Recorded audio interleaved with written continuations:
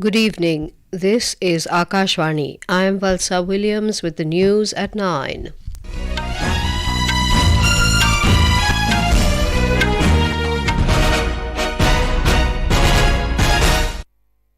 The headlines. Chief Election Commissioner Rajiv Kumar says focus is on checking use of money power and fake news during polls.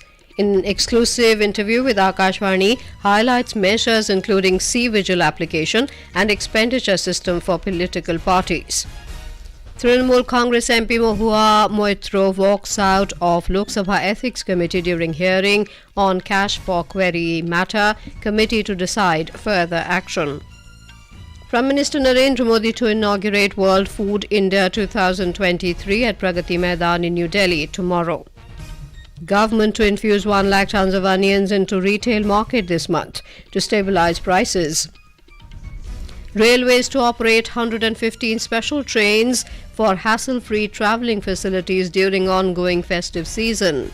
And in ICC Cricket World Cup, India enters semifinals, thrashing Sri Lanka by 302 runs in Mumbai. Mohammed Shami becomes India's highest wicket-taker in ODI World Cup.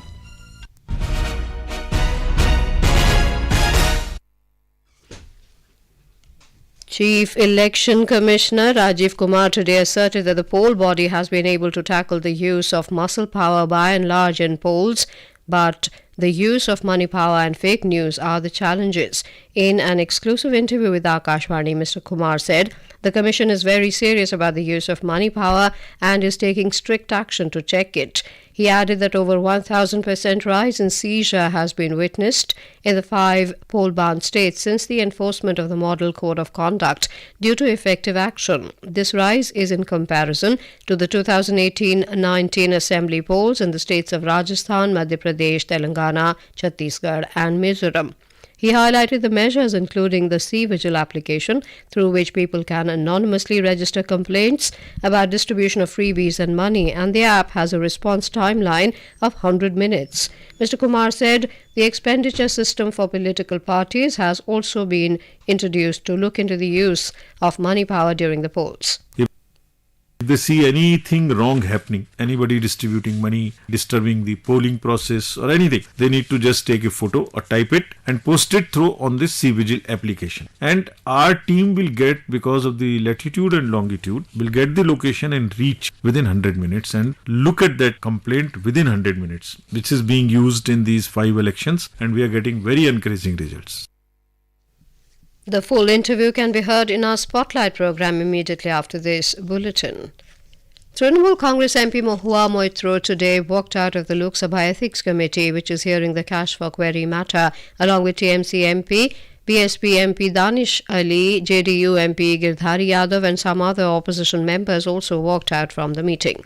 The TMC MP accused the chairman of the panel, Vinod Sonkar, of asking her personal and unethical questions.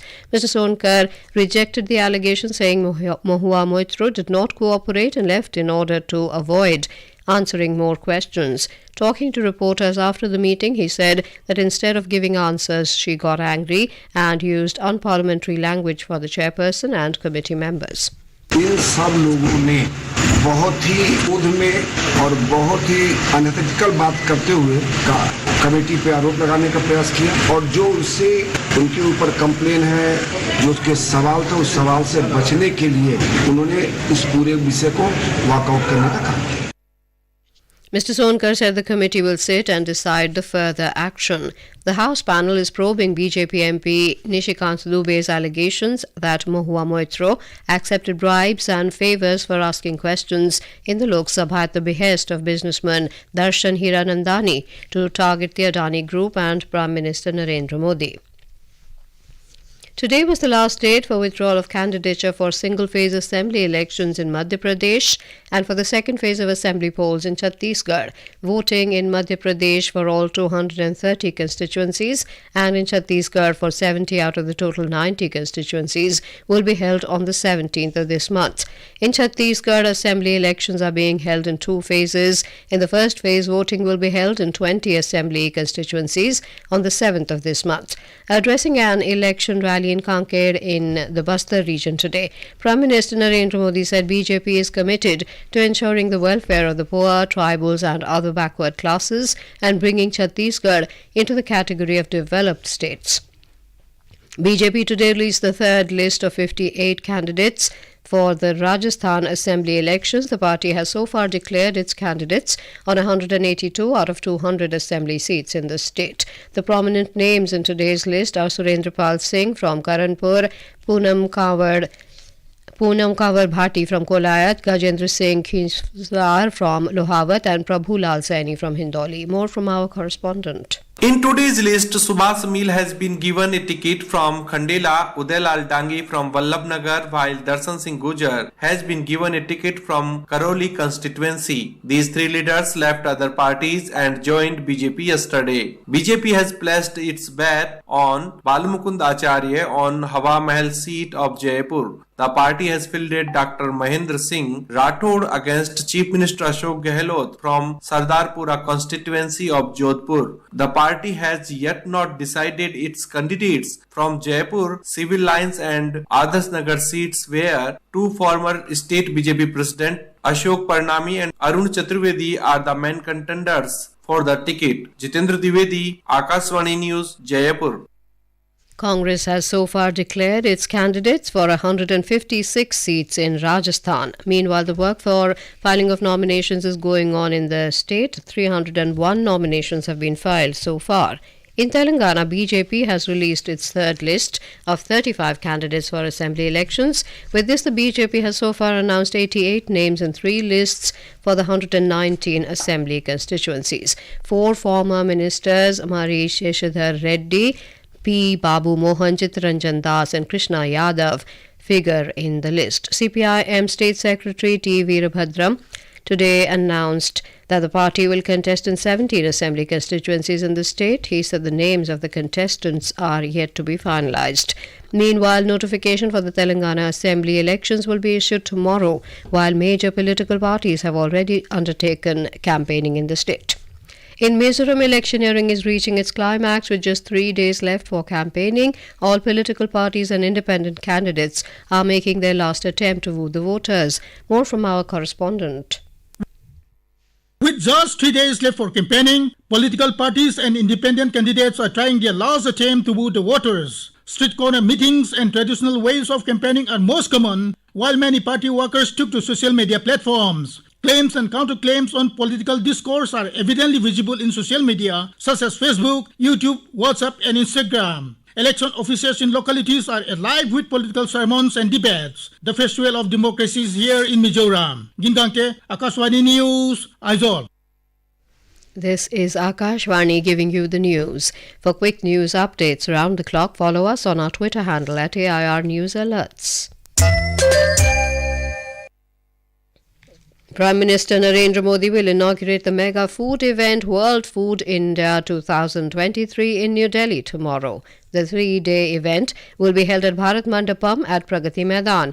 Over 1,200 exhibitors and participants from over 80 countries will participate in it. The Prime Minister will also disburse seed capital assistance to over 1 lakh self-help groups members and inaugurate the food street at the event. Various pavilions will be set up to showcase the rich Indian food culture to the world. Around 50 dialogue sessions will also be held, focusing on various aspects of the food processing industry. In an exclusive interview with Akashvani News, Secretary of the Ministry of Food Processing Industries Anita Praveen said there will be a special focus on millets in the mega food event. Millets have been focus for the ministry right from the beginning of the year 2023, and we have generally been doing a lot of activities pertaining to this. We have now plenty of industrial units which are making millets food also. In this particular event, millets is going to be an important pillar. We have a large number of products made by industry members on display, and hopefully there will be great deals coming through for them, whereby they will be able to tie up business arrangements to sell these products not just in the country but abroad as well. The government has decided to infuse 1 lakh tons of onions into the retail market this month to stabilise the prices. Talking to reporters on the sidelines of a function in New Delhi, Secretary of the Ministry of Consumer Affairs Rohit Kumar Singh said the government has learnt that retail intervention is more effective than the wholesale market. He added that the centre has identified some retail markets in the country where the onions will be infused. As per the government data, the average price of onion in the retail market in Delhi hovered at 70 to 80 rupees per kilogram. In other parts of the country, the price ranges between 41 to 69 rupees per kilogram. The railways will operate 115 special trains to provide hassle-free travelling facilities to passengers during the ongoing festive season. Addressing a press conference, the Divisional Railway Manager of Delhi Division, Sukhvinder Singh, said currently 61 special trains are running and 55 more trains will run soon in view of the Diwali and Chhath festivals. हम आनंद विहार और नई दिल्ली में almost 45 नए UTS additional counters लगाएंगे और reservation centres उनके जो counters हैं वो भी बढ़ाए जाएंगे 3 से लेकर 10 तक और हमने एटीवीएम्स को भी बढ़ाया है अलग जगह से लाके और वहाँ पे फैसिलिटेटर भी तैनात रहेंगे वो उनको गाइड करेंगे कैसे टिकट निकालनी है. He said 47 additional booking counters at New Delhi railway station and 45 at Anand Vihar station will be set up. The Graded Response Action Plan GRAP Stage 3 has been imposed in Delhi with immediate effect as air quality deteriorates. Delhi's average air quality index stood at 402, which is in the severe category. Union Environment Ministry said in the wake of the deteriorating air quality of Delhi and NCR, the Subcommittee for Operationalization of the Graded Response Action Plan met today. It has enforced a strict ban on construction and demolition activities in the entire national capital region. The committee has asked to ensure daily water sprinkling along with dust suppressants and intensify the frequency of vacuum-based sweeping of roads. The committee has also asked to close down operations of stone crushers and all mining and associated activities in the NCR. It has appealed to citizens to not use coal and wood for heating purposes. All government and private primary schools in Delhi will remain closed for the next 2 days in view of the rising pollution levels. This was informed by Delhi Chief Minister Arvind Kejriwal in his social media post.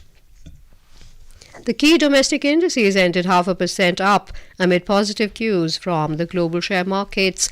A report from the business desk. Sensex rose by 490 points to close at 64,081. Nifty climbed 144 points to settle at 19,133. In the foreign exchange market, the rupee closed at 83 rupees and 25 paise against the US dollar. Gold prices at the multi-commodity exchange for December contracts were trading at 61,000 rupees per 10 grams. And in intraday trade, Brent crude was trading at $85.21 per barrel. Arjun Chaudhary for Akashvani News. In ICC Men's Cricket World Cup, India have entered the semi-finals, thrashing Sri Lanka by 302 runs at Wankhede Stadium in Mumbai, chasing a huge target of 357 runs. Sri Lanka were all out for just 55 in 19.4 overs. Mohammed Shami took 5 wickets to become India's highest wicket-taker in ODI World Cup history. Mohammad Siraj claimed 3 wickets, while Jasprit Bumrah and Ravindra Jadeja took 1 each. Earlier put into bat, India had scored 357 runs for 8 wickets in the stipulated 50 overs. Shubman Gill scored 92, Virat Kohli 88 and Shreyas Iyer 82. Prime Minister Narendra Modi has congratulated the Indian cricket team on a stellar victory against Sri Lanka. In a social media post, Mr. Modi said, "It was a display of exceptional teamwork and tenacity." He said Team India is unstoppable in this Cricket World Cup. And now, before we end the bulletin, the headlines once again. Chief Election Commissioner Rajiv Kumar says focus is on checking use of money power and fake news during polls. In exclusive interview with Akashvani, highlights measures including cVigil application and expenditure system for political parties.